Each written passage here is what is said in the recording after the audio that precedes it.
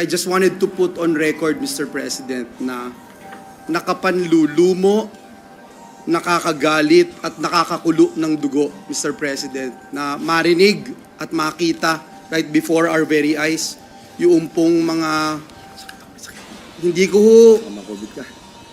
ko kayang sabihin na malademonyong proyekto. Dahil sabi nga ho ni Senator Lacson, guni-guni hindi na makita. Siguro ito po yung dahilan kung bakit for the past 3 years, siguro naiintindihan na ako ni Senator Bato, ni Senator JV, the past 3 years, bakit ako nanggagalaite. 3 taon ko na po itong sinasabi, itong mga kalokohan sa flood control program. Mr. President, ginahasa po ng flood control program ng gobyerno ang aming lalawigan sa Bulacan. Nakakalungkot po, Mr. President, sapagkat pag tinignan nyo rin po itong 2025 flood control budget, Mr. President, yung binabanggit po ni Senator Ping na pare-pareho po yung amount, ganito pa rin po. Total of 14 billion sa lalawigan ng Bulacan. Mr. President, nandito po yung ilang mga mayors natin. Nandito po si Mayor Bong, si Mayor ng Balagtas, Mayor ng San Miguel, Bulacan. Nandito po sila para suportahan ang Senado, para magkaroon ng no nonsense, no secret cows, Mr. President, na investigasyon at masiguro na magkaroon ng hustisya ang aming minamahal na lalawigan. Mr. President, gusto ko lang pong i-put into the record that we thank the gentleman from Cavite, Mr. President. We have been looking forward to seeing him here in the Senate dahil alam natin, Mr. President, may mangyayari na dito sa ating ginagawang investigasyon at mapapanagot ang dapat mapanagot. And again, I appeal to the members of this August Chamber to help not only our great province of Bulacan but also all provinces in the Philippines. Maraming salamat, Ginoong Pangulo. May I give the floor to our Minority Leader who is seeking the floor, Mr. President. Thank you, Majority Leader. Before I recognize the Minority Leader, the Chair would also like to thank Senator Lacson for his bombastic privilege speech and congratulate him. Congratulations, Senator Lacson. Minority Yes. Leader. Thank you, Mr. President. Aside from congratulating and commending Senator Ping Lacson, I was discussing this with him earlier. We indeed commend him because he's under the weather.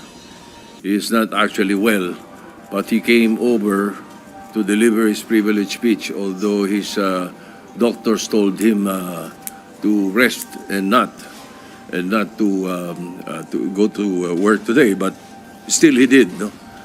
You see the importance of what he has to deliver. So I know for a fact that Senator Lacson has never been known to evade any interpellations. But because of health reasons, I would like to move that all the interpellations forthcoming on this privilege speech be done in our next regular session, Mr. President. Will be on Tuesday. Yeah. Yes, Mr. President. What does the Majority Leader say? We are in full understanding, Mr. President, of our good colleague who is more than willing to entertain questions, Mr. President. We all know that. And he's more than willing to entertain questions, Mr. President, by Tuesday, Mr. President, when we resume session. Mr. President, there are a number of senators who would like to make a short manifestation.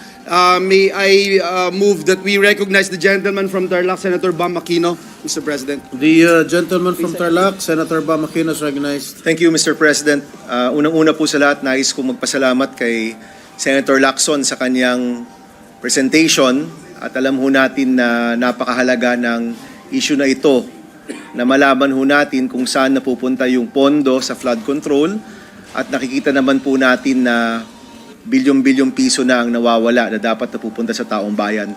So Mr. President, upon the suggestion of the Minority Floor Leader, I will hold off my interpellations for the next session and instead just manifest my support and congratulations to the good gentleman from Cavite. Thank you very much, Mr. President. Thank you, Senator Aquino. Thank you, Leader. Mr. President. Next to make a short manifestation is the gentleman from Palawan, Senator Erwin Tulfo. I move that he be recognized, Mr. President. Senator Erwin Tulfo, the gentleman from Palawan, is recognized. Mr. President, this representation fully supports Senator Ping Lacson's call to demand full accountability for the disturbing anomalies in our flood control projects. Kahapon lamang po sa Senate Blue Ribbon Committee na pinamunuan ni Senator Marcoleta na siwalat ang sandamakmak na ghost flood control projects. Kawalan ng master plan at pagpabor sa ilang mga probinsya, gayong hindi naman po kasama sa listahan ng mga flood-prone areas. Nakakapanlumo dahil sa kabila ng bilyon-bilyong pondong inilaan sa flood control projects na ito, ay marami pa rin sa ating kababayan ang nalulubog sa baha. Sa DPWH pa lamang po ay meron na tayong inilaang halos 996.5 billion pesos o halos 1 trilyon, Mr. President. Ito ay mula sa GAA sa ilalim ng Flood Management Program. Hindi pa po kasama rito ang budget na inilaan sa DNR, MMDA at iba pang mga ahensya para rin sa pagkontrol ng baha. Ulitin ko po, this is nothing less than a grand robbery of our nation. It is for this reason, Mr. President, that I also filed Senate Resolution number 31, which seeks to investigate reported abuse of flood control programs and related projects. Senate Resolution number 70, which seeks to investigate illegal construction of structures and waterways in Palawan. And Senate Bill number 769, which seeks to institutionalize Metro Manila Drainage Master Plan as a long-term strategy for drainage infrastructure development. Mr. President, harap-harapan na pong niyanakawan ang taong bayan dahil sa kakulangan ng pananagutan. Our people deserve no less than truth, transparency, and justice. Huwag na po nating hintayin na lumubog ulit ang bayan bago tayo kumilos. Let's build a Philippines that doesn't just survive the floods, but rises above it. Maraming salamat, Mr. President. Thank you, Senator Tulfo, Majority Leader. President, next to make a short manifestation is our Deputy Minority Leader, Senator Risa Hontiveros. I move that she be recognized, Mr. President. The Deputy Minority Leader, Senator Risa Hontiveros, recognized. Salamat po, Mr. President. Mr. President, I applaud the sponsors' courage in bringing to light these harrowing and urgent issues of large-scale corruption. Kaisa niyo po ako sa labang ito, Senator Ping. May nabasa po ako sa Facebook, Mr. President. The Philippines is not poor. We are plundered. I could not agree more. Ang Pilipinas po ay hindi isang mahirap na bansa. Biktima lang tayo ng kalat at sistematikong pagnanakaw. Dahil sa korupsyon, ng kaunti, patuloy na naghihirap ang karamihan. Sa estimasyon mismo ng gobyerno, nasa 20% o 1/5 ng kabuuang budget ng bansa ang nawawala taon-taon sa korupsyon. Katumbas po yan ng tinatansyang 1.6 trillion pesos na ninanakaw mula sa mga Pilipino kada taon.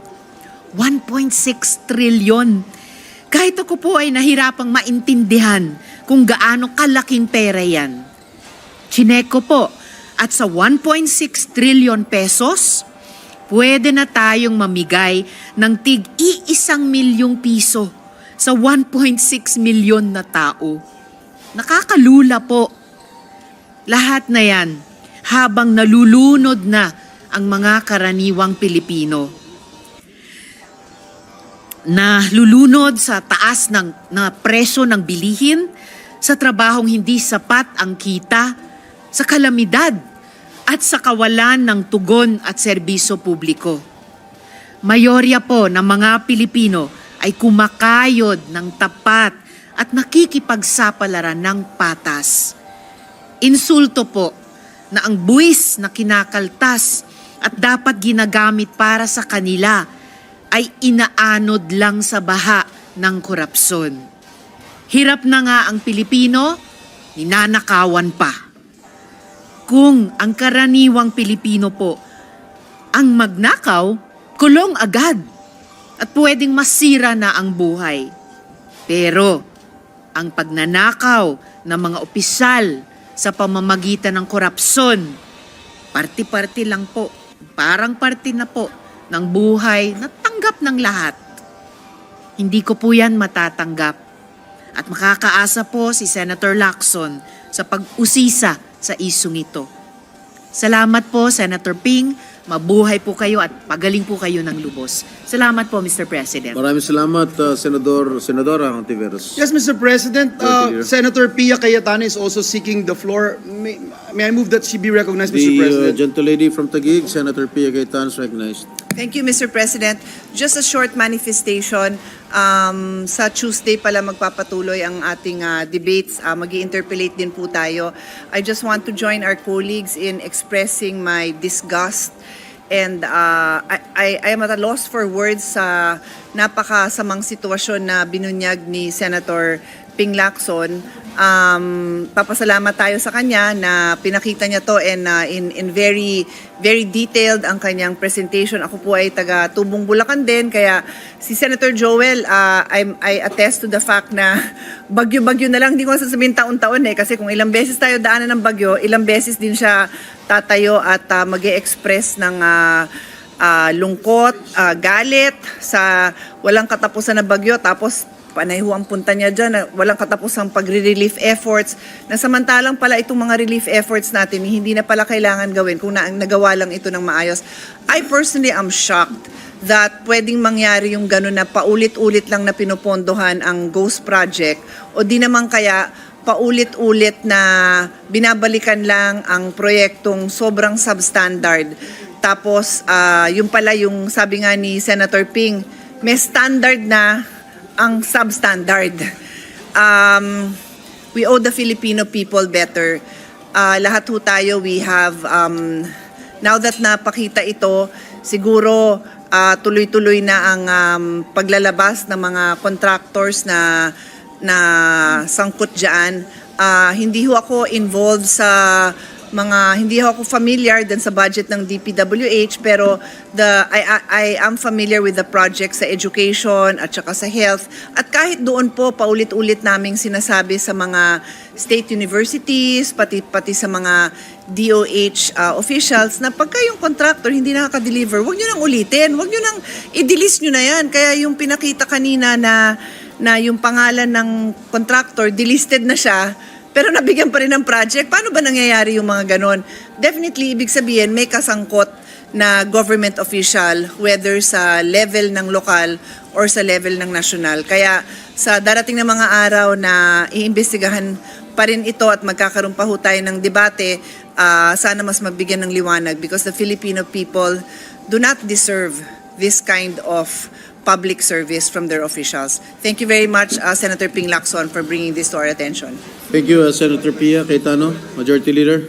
Yes, Mr. President, the gentleman from Pampanga who's also affected by flooding, Senator Kiko Pangilinan, is also seeking the floor. May I move that he be recognized, Mr. President? Senator Kiko Pangilinan is recognized. Maraming salamat sa ating karatig lalawigan ng Bulacan, kinatawan ng Bulacan. Sa Pampanga, totoo po yun. Itong nakaraang bagyo, matapos yung pagbabaha, 16 sa 18 mga barangay sa hometown ng aking tatang, my father, lubog. Pati ang mga bayan ng Pampanga, lubog din. At nakakagalit nga itong naging expose ni Senator Ping Lacson. We laud him for his consistency in with a fine-tooth comb binubusisi yung ating budget, yung General Appropriations Measure. Mr. President, actually, baka maaring sagutin next week pag magaling na po si Senator Lacson dito sa aking simpleng katanungan. Sa ganitong katinding trilyong pisong halaga ng pagnanakaw sa gobyerno sa ilalim ng public works, ang magiging tanong ko sa Martes sa privilege speech ni Senator Lacson ay, bakit hindi pa nagre-resign yung Secretary ng Public Works? Yun lang po. At naway maisagot sana ng maayos. Kung hindi man ni Senator Lacson, baka dapat yung Secretary of Public Works ang sumagot. Maraming salamat po. Thank you, Senator Pangilinan. Mr. Majority President, next to give her manifestation is the distinguished lady from Antique, Senator Lauren Legarda. I move that she be recognized, Mr. President. Leader. The gentle lady from Antique is recognized, Senator Legarda. Thank you, Mr. President. I rise today in support of the privileged speech of our esteemed colleague, Senator Ping Lacson, and I echo his outrage at the corruption that continues to stain our flood control programs and many other public projects. Billions and possibly trillions of pesos are lost. Substandard works are delivered, and yet year after year the floods still come washing away homes, dreams, and lives. That is why we support this long-term approaches, and there is a proposed tapat na paglilingkod pending measure which does not only punish wrongdoing but seeks to prevent it by embedding strategies that promote integrity in planning, budgeting, and service delivery, by protecting whistleblowers, by making agencies map their own corruption risks, and by teaching integrity as early as our schools. This is a long manifestation, Mr. President. May I request that the whole manifestation of 6 pages be inserted into the record. I would like to commend our esteemed colleague despite his being under the weather. And yes, we must investigate, we must prosecute, but alongside we must also nurture a culture of tapat na paglilingkod so that the next generation will not even think twice about choosing honesty. We congratulate Senator Ping Lacson. Thank you, Mr. President. Thank you, Senator Legarda, Mr. Pre- Majority Leader. Mr. President, next to give his manifestation is the gentleman from Bukidnon, our former Senate President, Mig Zubiri. I move that he be recognized, Mr. The President. gentleman from Bukidnon is recognized, Senator Zubiri. Thank you very much, Mr. President. Thank you to the Majority Leader. Mr. President, nakakalula talaga yung speech ng ating kasamahan na si Senator Lacson. I'd like to congratulate him for his very thorough investigation of the case. Biro mo, may isang bayan, Mr. President, na nakatanggap ng 3.2 billion worth of projects, particularly flood control in Oriental Mindoro. Kinumpute ko po yan, Mr. President, at 3 million lang per classroom. That is 1,066 classrooms. Baka yung backlog ng buong Mindoro na fund na po sa DepEd kung inibigay po natin itong pondo para sa classroom building program at wala na pong backlog ang Mindoro, Oriental Mindoro. Kung dyan na lang po natin na ilagay kaysa sa mga flood control projects na nakikita naman po natin substandard, nagko-collapse at mukhang money-making racket lamang po, Mr. President.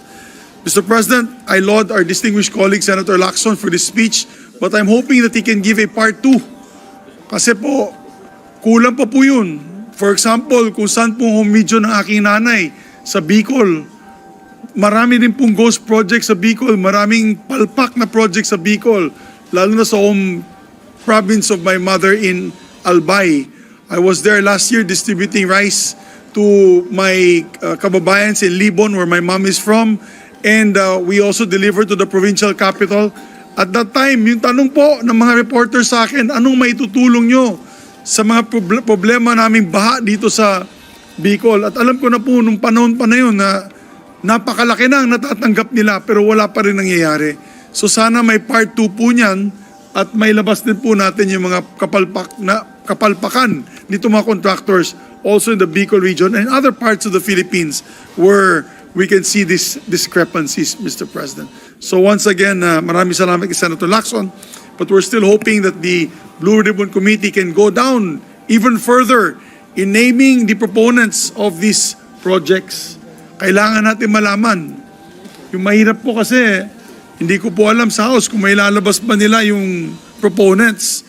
Dito sa Senado, ilabas natin ang proponents ng mga projects na to. Pati down sa House, sana mailabas din nila. And I laud Congressman Toby Chanco for trying to come out with that list of proponents in the House. I congratulate him as well and I wish him luck. Maraming salamat, Mr. President. Thank you, Senator Zubiri, Majority Leader. Yes, Mr. President, I would just like to join the statements made by our former Senate President, Senator Mig Zubiri.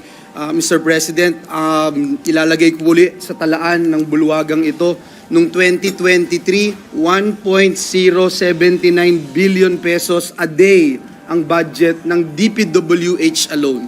2024, 1.342 billion pesos a day ang budget ng DPWH alone.